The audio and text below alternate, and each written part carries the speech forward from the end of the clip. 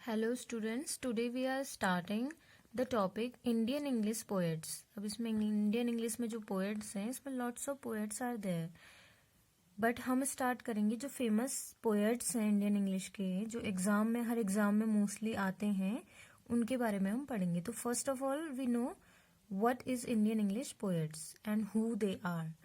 Indian English poet देखो, जैसे name से ही इसके क्लियर हो रहा है, इंडियन यानी कि इंडिया के, इंग्लिश जो ऐसे पोएट जो इंग्लिश में लिखते हैं, इंडो एंग्लियन ऐसे पोएट को इंडो एंग्लियन भी बोलते हैं, जो क्या है इंडो यानी कि इंडिया के हैं, एंग्लियन मीन्स होता है कि जो इंग्लिश में लिखते हैं। तो ऐसे राइटर इंडिया के जो इंग्लिश में लिखते हैं, they are known as Indo Anglian. Next term इसी से ही मिलती जुलती है, एंग्लो इंडियन लिटरेचर, यही है, ठीक है। तो इसमें क्या है, देखो जो एंग्लो इंडियन लिटरेचर है उसमें भी literature during British rule not by Indians. अब इसमें देखो एंग्लो इंडियन जो लिटरेचर है उसमें क्या है, ये तो था इंडो एंग्लियन यानी कि इंडो पहले आ रहा है, इसमें इंडिया पहले आ रहा है, देन एंग्लियन बाद में आ रहा है। बट एंग्लो इंडियन लिटरेचर में क्या है, एंग्लो पहले आ रहा है, एंग्लो वर्ड बना है इंग्लिश से। तो अगर आपको एंग्लो क्लियर हो जाता है तो आपको इंडो एंग्लियन भी क्लियर हो जाएगा कि इंडिया उसके बाद इंग्लिश, यानी कि इंडियन ऐसे पोएट्स जो इंडिया के हैं but they right in English. And Anglo Indian means English writers जो इंडिया में ड्यूरिंग ब्रिटिश रूल वो यहाँ रह रहे थे और उन्होंने तब लिटरेचर लिखा था, but they are not Indian basically, यानी कि जिन्होंने लिटरेचर लिखा था वो इंडिया के नहीं हैं, वो बाहर से आए थे। तो वो क्या किस नाम से जाने जाते हैं, एंग्लो इंडियन के नाम से जाने जाते हैं। लिटरेचर ड्यूरिंग ब्रिटिश रूल, तो जो एंग्लो इंडियन लिटरेचर है ये ब्रिटिश रूल के टाइम पे ये लिखा गया था, नॉट बाय इंडियंस। अब ऑब्वियसली जो है एंग्लो है, इंग्लिश मैन है, उन्होंने ये लिखा है, तो ऑब्वियसली वो लोग क्या होंगे, इंडियंस नहीं होंगे। तो यानी कि वो लोग कहाँ से आए थे, बाहर से आए थे, फॉरेन भी कह सकते हैं हम, एब्रॉड भी उसे कह सकते हैं।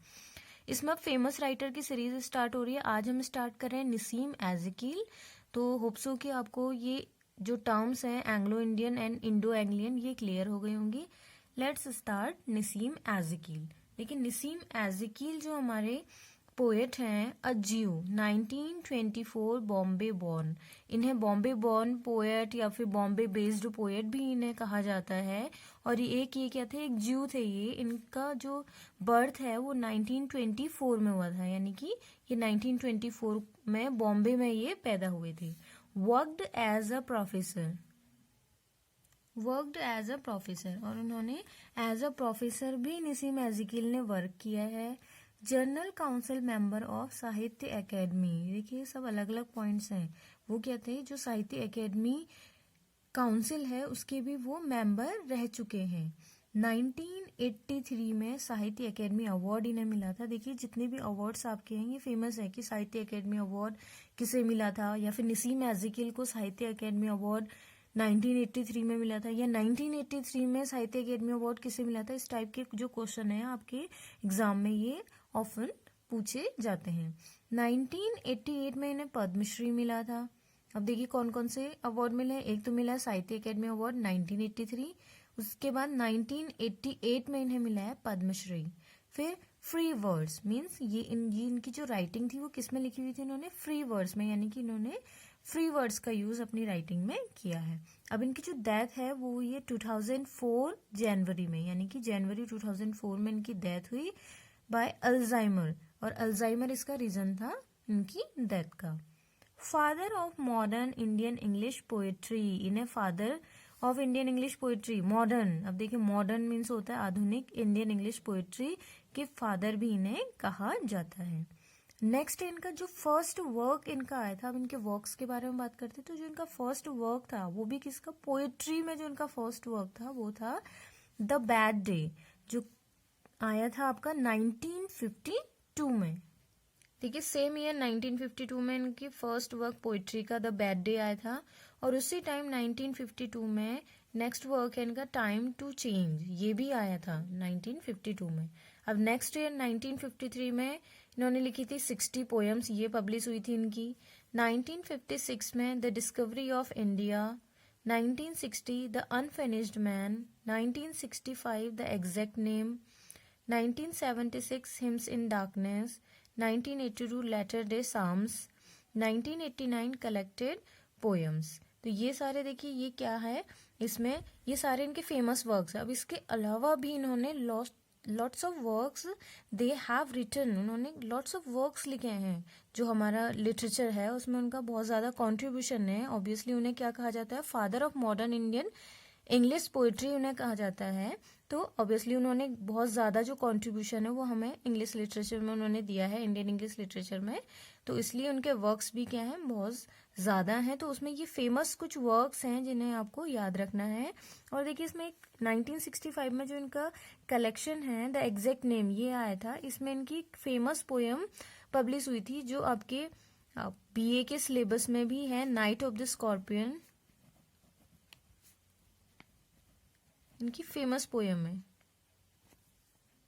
ION यानी कि नाइट ऑफ द स्कॉर्पियन का फेमस वर्क है, जिसमें इन्होंने एक नाइट के बारे में बात कर रहे हैं। जो स्कॉर्पियन होता है वो उनकी जो नैरेटर है या जो जिसके बारे में यहाँ पे बात हुई है, उनको वो जो स्कॉर्पियन है वो काट लेता है। तो उस पूरी स्टोरी के बारे में इसमें बताया है। इसमें मदरहुड के बारे में बताया है कि कैसे जो मदर है वो always prayers for their children, means जो मदर है वो हमेशा अपने बच्चों के लिए सोचती हैं। तो उस मदरहुड के बारे में ये पूरी पोयम है।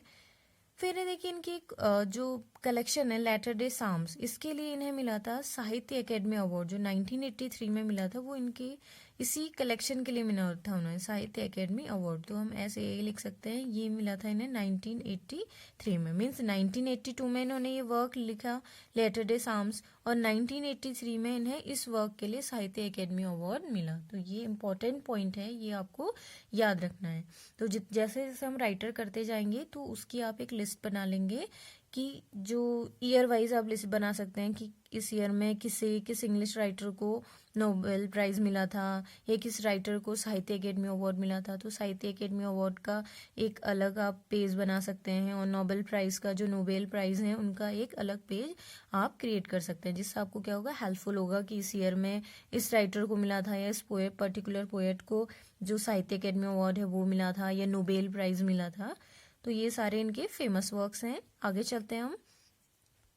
अब देखिए नेक्स्ट इसमें इम्पोर्टेंट पॉइंट है, ये भी एक तो साहित्य अकेडमी अवार्ड वाला था कि ये किसके लिए मिला था और किस ईयर में मिला था साहित्य अकेडमी अवार्ड, पद्मश्री कब मिला था। और दूसरा है बैने इज़राइल। अब ये देखिए बैने इज़राइल क्या है, ये एक जूइश कम्युनिटी, मैंने बताया था आपको स्टार्टिंग में ही, फर्स्ट पॉइंट हमारा था कि ये क्या है, ज्यू हैं, मुंबई बेस्ड पोएट हैं, सॉरी बॉम्बे बेस्ड पोएट हैं। तो यानी कि ये भी क्या है, एक वहाँ बॉम्बे में रहने वाले हैं, उससे रिलेटेड हैं, तो इन्हें बॉम्बे बेस्ड जो पोएट है वो भी कहा जाता है। और ये एक क्या है, जू है, और इनकी जो कम्युनिटी है जू की, उसका नाम क्या है, बैने इज़राइल। तो ये क्वेश्चन आपको ऑफन आस्क्ड है कि जो बैने इज़राइल कम्युनिटी है उससे कौन सा राइटर एसोसिएटेड है, कौन सा राइटर उससे जुड़ा हुआ है। या फिर क्वेश्चन इस टाइप से आ सकता है कि जो निसीम एज़ेकियल हैं वो जूइश कम्युनिटी, वो किस जूइश कम्युनिटी को बिलोंग करते थे। तो वहाँ पे ऑप्शन आएगा आपका बैने इज़राइल, तो आप इसे इजीली टिक कर देंगे। और ये कम्युनिटी कहाँ की है, कम्युनिटी ऑफ मुंबई, ये कम्युनिटी कहाँ है, मुंबई में है। को फाउंडर ऑफ लिटरेरी मंथली जंपो। अब देखिए एक क्या है, ये को फाउंडर भी हैं एक लिटरेरी मंथली, इनका एक हम कह सकते हैं कि साप्ताहिक पत्रिका से हम कह सकते हैं, मंथली महीनेवार जो उनकी एक पत्रिका आती थी उसका नाम था जंपो। तो ये भी कई बार आपका क्वेश्चन पूछा गया एग्जाम में कि जो को फाउंडर हैं जो निसीम एज़ेकियल हैं वो किस लिटरेरी मंथली के को फाउंडर हैं, जंपो के हैं। और ये कब पब्लिश हुआ था, 1961 में ये आया था। और इन्होंने 3 प्लेज, पोएम के बाद इन्होंने कुछ जो प्लेज हैं वो भी लिखे थे। इसमें 3 प्लेज के नाम से ये पब्लिश हुए थे। इसमें जो इसके अंदर जो प्लेज हैं 3, एक तो है नलिनी, दूसरा है मैरिज पोएम, एंड तीसरा है द स्लीप वॉकर। तो ये प्लेस के नेम भी इसमें आ जाते हैं कि नलिनी जो प्ले है ये किसने लिखा था, या स्लीप वॉकर प्ले है ये किसने लिखा था। तो आप बताएंगे कि ये निसीम एज़ेकियल ने लिखा था। या फिर इस टाइप से आ जाएगा कि Nalini, marriage poem, the sleep walker, इनमें से या फिर एक अदर किसी प्ले का नेम दे देंगे वो जो किसी और राइटर का होगा। तो वो ये पूछ लेंगे कि ये प्ले इनमें से कौन सा ऐसा प्ले है जो निसीम एज़ेकियल का नहीं है। तो आप ऑब्वियसली अगर आपको पता है कि Nalini, marriage poem, the sleep walker उनका है, तो जो नेक्स्ट है आपने उनके वर्क्स अगर अच्छे से पढ़े निसीम एज़ेकियल के, तो आप बता देंगे कि ये इनका नहीं है। तो ऑड एंड आउट टेक्निक से भी आप इन्हें इजीली सॉल्व कर सकते हैं। लेकिन 1976 में अब एक फेमस, ये भी एक इम्पॉर्टेंट पॉइंट है आपका, ये भी कई बार आपके क्वेश्चन में पूछा गया है, नेट लेवल के एग्जाम में ये क्वेश्चन पूछा जाता है। Translation of Jawaharlal Nehru's poetry from English to Marathi along with Vrinda Nabar. अब देखिए 1976 में जो नसीम एज़िकील थे, उन्होंने क्या किया, जो जवाहरलाल नेहरू की एक पोएट्री है उसे उन्होंने इंग्लिश टू मराठी, यानी कि उन्होंने इंग्लिश से मराठी में कन्वर्ट किया था जवाहरलाल नेहरू की पोएम्स को, अलोंग विद वृंदा नैबर, वृंदा नैबर के साथ मिलके उन्होंने ये जो ट्रांसलेशन था ये उन्होंने किया था। तो ये इंपॉर्टेंट क्वेश्चन ये भी पूछा गया है कई बार। नेक्स्ट जो इनकी फेमस पोएम्स हैं वो है the night of the scorpion, ये भी हमने आपको डिस्कस कर दिया, जो द एग्जैक्ट में आई थी। जो द एग्जैक्ट है वो 1965 में पब्लिश हुआ था, तो उसी के अंदर जो कलेक्शन था द एग्जैक्ट, उसी के अंदर ये poem the night of the scorpion ये पब्लिश हुई थी। बैकग्राउंड कैजुअली, ये भी एक इनकी इंपॉर्टेंट पोएम है। ये सारी आपकी BA MA लेवल में ये सारी पोएम इनकी वहां पे जो सिलेबस है उसमें ये हैं। प्रोज वर्क, अब इनका देखते हैं कि इन्होंने प्रोज वर्क कौन कौन से किए हैं। जो इनका फेमस प्रोज वर्क है वो है नाइपर्स इंडिया एंड माइन, ये इन्होंने एक ऐसे लिखा है, प्रोज वर्क है उनका ये। तो ये भी इम्पोर्टेंट है, ये भी 2-3 टाइम्स मैंने एग्जाम में देखा है, ये भी पूछा गया, तो इसे भी आप स्टार बना सकते हैं इसमें। नेक्स्ट इनके वर्क्स हैं फेमस। अब देखिए अदर पोएम इनकी मैंने बताई थी आपको, the night of the scorpion, background casually. अब नेक्स्ट पोएम इम्पोर्टेंट इनकी enterprise, philosophy, good bye party for miss Pushpa TS. अब ये देखिए जो good bye party for miss Pushpa TS है, इसमें पूरा टेंस के बारे में है कि कैसे विदाउट, जो इंडियंस होते हैं वो विदाउट टेंस, यानी कि टेंस की नॉलेज उन्हें नहीं होती है, या फिर वो जो इंग्लिश होती है उसे अच्छे से नहीं जानते हैं, तो उसका वो क्या करते हैं, मतलब गलत यूज कैसे करते हैं, वो पूरा उसके बारे में ये पूरी पोएम है। नेक्स्ट इनकी फेमस पोएम है poet lover and bird watcher, ये भी इनकी एक फेमस पोएम है। नेक्स्ट है जैकॉब्स मैरिज, ये भी इनका एक फेमस वर्क है, influence by Ezra Pound, T.S. Eliot. और इन पे जो नसीम एज़िकील हैं वो एजरा पाउंड और T.S. एलियट से बहुत ज्यादा इन्फ्लुएंस्ड थे, यानी कि उनसे बहुत ज्यादा प्रभावित थे। कौन? नसीम एज़िकील। किससे? एजरा पाउंड और T.S. एलियट से। तो ये था हमारे आज के राइटर जो फर्स्ट थे हमारे इंडियन इंग्लिश पोएट्स की सीरीज में। तो सेकंड राइटर हम करेंगे कमला दास, तो इसे हम करेंगे कल। सो हमारे साथ बने रहिए, और अगर हमें जो हमारे नोट्स हैं या जो हमारी वीडियोस हैं वो आपको पसंद आती है तो लाइक, शेयर और सब्सक्राइब करना ना भूलिए।